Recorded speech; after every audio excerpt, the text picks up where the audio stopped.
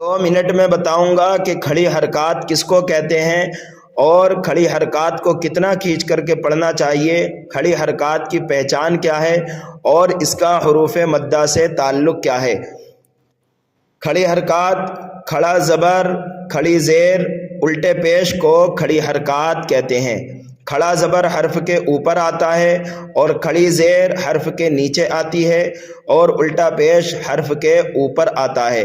खड़ा ज़बर खींचकर पढ़ने में अलिफ मद्दा के काए मकाम यानी अलिफ मद्दा की तरह होता है। अलिफ मद्दा को भी एक अलिफ के बराबर खींच करके पढ़ा जाता है और खड़े ज़बर को भी एक अलिफ के बराबर खींच करके पढ़ा जाता है। खड़ी ज़ेर हर्फ के नीचे आती है और ये या मद्दा के काए मकाम यानी या मद्दा की तरह होती है खींच करके पढ़ने में। या मद्दा को भी एक अलिफ के बराबर खींच करके पढ़ा जाता है और खड़ी ज़ेर को भी एक अलिफ के बराबर खींच करके पढ़ा जाता है। हर्फ के ऊपर उल्टा पेश होता है और ये एक अलिफ के बराबर खींच करके पढ़ा जाता है और ये वाव मद्दा के काए मकाम होता है यानी वाव मद्दा की तरह होता है खींच करके पढ़ने में।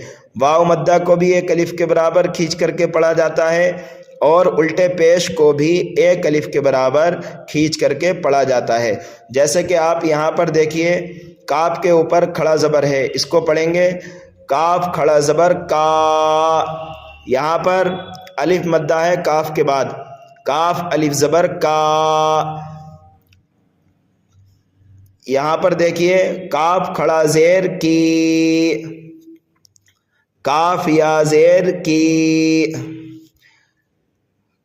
काफ उल्टा पेश कू, काफ वाव पेश कू। तो इस तरह से जो है हम खड़ी हरकत को हरूफ मद्दा की तरह एक अलिफ के बराबर खींच करके पढ़ेंगे। तजवीद के ज़रूरी क़वाइद सीखने के लिए हमारे चैनल को ज़रूर सब्सक्राइब कर लें और इसी तरह की ज़रूरी बातें शॉर्ट वीडियो में सुनने के लिए आप हज़रात जो है वीडियो को लाइक शेयर भी कर दिया करें और छोटी वीडियो को ज़रूर सुना करें। इंशाअल्लाह उसके अंदर ज़रूरी कीमती बातें आप हज़रात के सामने पेश की जाएंगी।